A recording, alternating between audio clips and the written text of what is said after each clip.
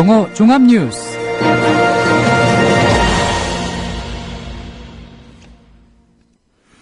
(12월 11일) 국민라디오 정오 종합뉴스입니다.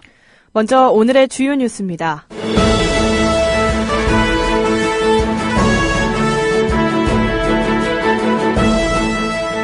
박근혜 정부와 북한 김정은 정권 들어 처음으로 오늘 개성에서 남북 당국회담이 열렸습니다. 경찰이 한상균 민주노총 위원장에 대해 오늘 구속영장을 신청할 예정인 가운데 영장 신청 단계에는 소유죄 혐의를 적용하지 않기로 했습니다. 청와대는 노동개혁 등 경제활성화 법안 처리를 위해 경제명령을 검토하고 있다는 일부 보도에 대해서 전혀 사실이 아니라고 밝혔습니다. 국제 유가가 떨어지면서 수출 물가가 30년 전 수준으로 내려갔습니다. 국민라디오 정오종합뉴스 잠시 후 시작합니다.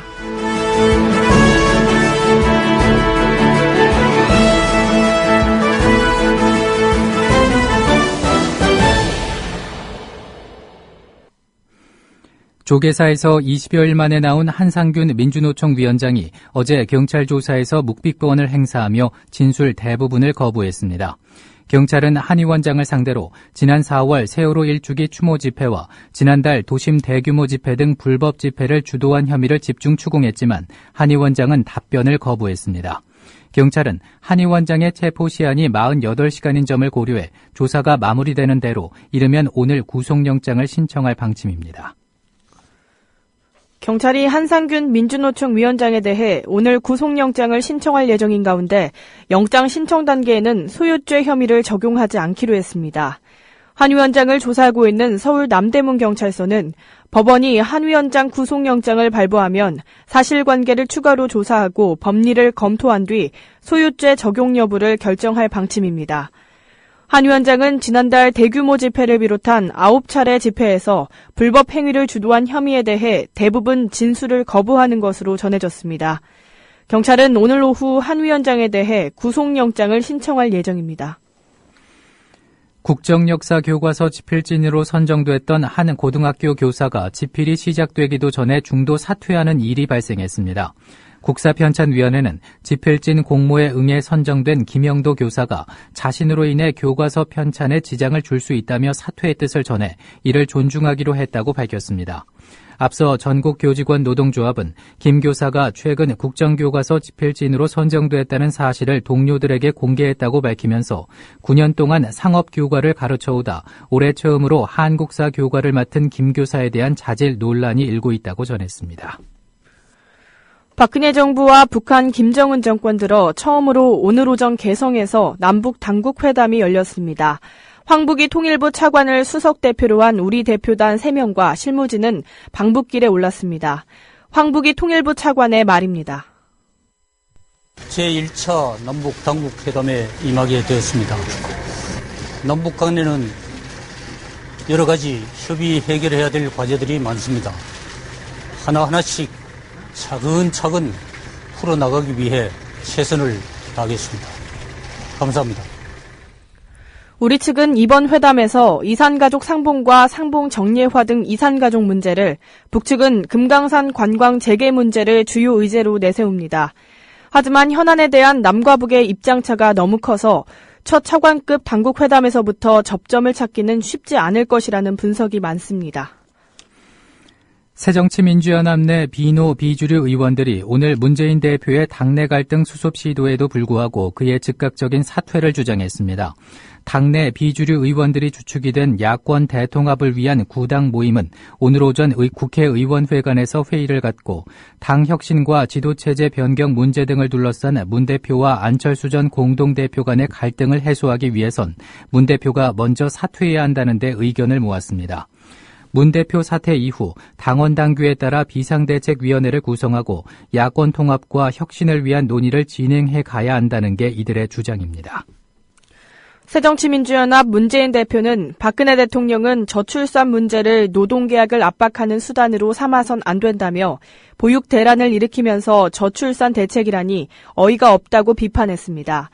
문 대표는 오늘 최고위원회의에서 박 대통령이 어제 저출산의 원인으로 청년 일자리 문제를 꼽으며 노동개혁을 강조한 것과 관련해 진정 저출산 문제에 관심이 있다면 보육국가 완전 책임제 약속부터 지켜야 한다고 말했습니다. 문 대표는 사실상 정부가 저출산 대책에 손을 놓고 있었다고 해도 과언이 아니라며 좋은 일자리와 여성의 경제 참여, 주거 대책 등 청년 종합 대책을 내놔야만 연애, 결혼, 출산의 문제가 해결될 수 있을 것이라고 강조했습니다. 사회의 부정부패를 없애자는 뜻에서 제정된 이른바 김영란법의 제재 대상에 언론인과 사립학교 관계자가 포함된 것이 위헌인지를 놓고 공개 변론이 진행됐습니다. 민간 영역을 과하게 규제한다는 주장과 공공성이 충분한 만큼 적절한 규제라는 주장이 팽팽하게 맞섰습니다. 반대 측 하창우 대한변호사협회 회장의 말입니다. 언론은 취재활동이 제한될 수밖에 없고 그런 금품 수수에 관한 표적 수사 대상이 돼서 언론 기질들에게 수단으로 언젠가는 사용되게 될 것입니다.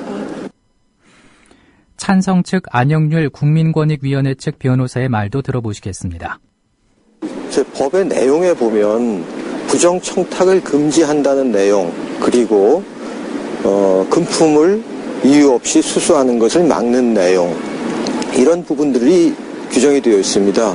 그 어디에도 언론의 자유를 침해한다든지 또는 사학의 자유를 침해한다는 그런 규정은 없습니다. 헌재는 변론 내용 검토와 추가 심리를 거쳐 김영란법이 시행되는 내년 9월 이전에 위헌 여부를 최종 결론 지을 계획입니다.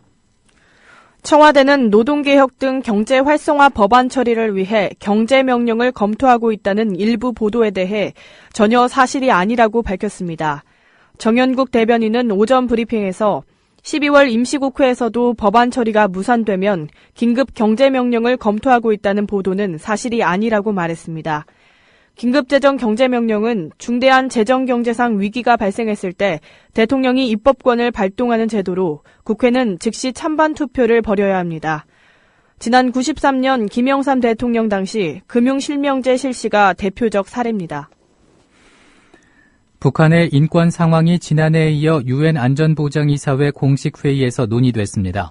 안보리는 뉴욕 유엔 본부에서 북한 인권 문제와 관련한 회의 소집 여부 절차를 투표에 붙인 결과 찬성 9표, 반대 4표, 기권 2표로 가결했습니다. 지난해 안보리 정식 안건이 된 북한 인권 문제를 올해에도 안보리에서 논의하자는 주장은 미국 등 9개 이사국이 요청했습니다.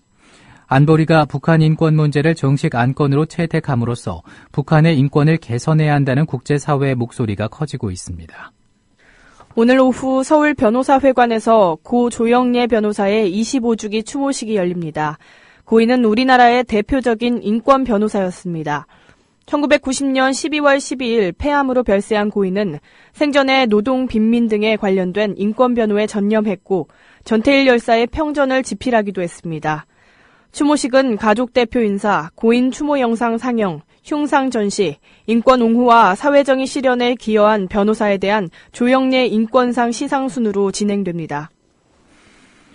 조직폭력배에게 청부폭력을 교사하고 뇌물을 받은 혐의로 재판에 넘겨진 현직 경찰이 1심에서 실형을 선고받았습니다. 부산지방법원은 공동상해 교사 혐의 등으로 재판에 넘겨진 부산 모 경찰서 경위 A모 씨에게 징역 1년에 벌금 100만 원을 선고했습니다. 재판부는 현직 경찰 공무원이 폭력조직 간부급 조직원에게 청부폭력을 사주하고 부정한 청탁과 함께 뇌물을 수수했는데도 범행을 부인하고 반성하는 모습을 보이지 않는다고 밝혔습니다. 국민참여재판으로 진행되고 있는 살충제 음료수 사건 1심 선고가 오늘 내려집니다. 대구지방법원은 오늘 검찰과 변호인단의 최종 의견 진술 등의 절차를 진행한 뒤 배심원 판결을 참고해 박모 할머니에 대한 판결을 선고합니다. 어제까지 진행된 4차례의 공판에서 검찰과 변호인단은 모두 16명에 대한 증인신문과 증거조사를 진행했고 박 할머니는 혐의를 모두 부인하며 억울하다고 주장했습니다. 반면 피해 할머니 자녀 2명은 증인석에 나와 불미스러운 사고로 어머니를 잃어 원통하고 안타깝다며 진실을 밝혀달라고 호소했습니다. 검찰은 무기징역을 구형했습니다. 국민건강보험공단은 연말에 신청자가 몰려 국가건강검진을 받기 어려우면 신청을 통해 내년에도 받을 수 있다고 밝혔습니다. 신청 기간은 2016년 1월 2일부터 3월 31일까지 석 달간입니다. 신청 방법은 전화 또는 지사를 방문하면 됩니다. 추가 검진은 2016년에 신청자가 원하는 시기에 언제든 받을 수 있습니다. 하지만 생애 전환기 건강진단과 국가암검진 대상자는 본인 부담 10% 지원과 의료비 지원 혜택이 없어질 수 있습니다. 정해진 시기에 검진을 받지 않으면 물리는 과태료도 피하기 어렵습니다. 이런 사정을 고려해 가급적 올해 안에 검진을 받는 게 좋습니다. 국제 유가가 떨어지면서 수출 물가가 30년 전 수준으로 내려갔습니다. 한국은행이 발표한 지난달 수출 물가 지수는 80.98로 1986년 9월 이후 29년 2개월 만에 가장 낮은 수준을 보였습니다. 특히 유가 하락의 영향으로 석탄과 석유 제품, 전기와 전자기기의 하락폭이 컸습니다. 수입 물가 지수도 77.03까지 떨어져 2007년 10월 이후 8년여 만에 최저치를 기록했습니다. 어제 서울 한강철교남단 물속에서 한국 전쟁 때 쓰인 것으로 추정되는 불발탄이 발견돼 경찰과 군 당국이 밤새 인양 작업을 벌였습니다. 서울 용산경찰서는 오늘 새벽 1시 30분부터 한강대교 주변 선박 운항을 통제하고 2시간여 동안 인양 작업을 벌여 해당 불발탄을 끌어올렸다고 밝혔습니다. 경찰은 인양 이후 군 폭발물 처리반이 불발탄의 뇌관을 확인해 현장에서 해체 작업을 진행했다고 설명했습니다. 조사 결과 이 불발탄은 한국전쟁 때 미군 전투기에서 떨어진 포탄으로 폭발 가능성은 적은 것으로 확인됐습니다.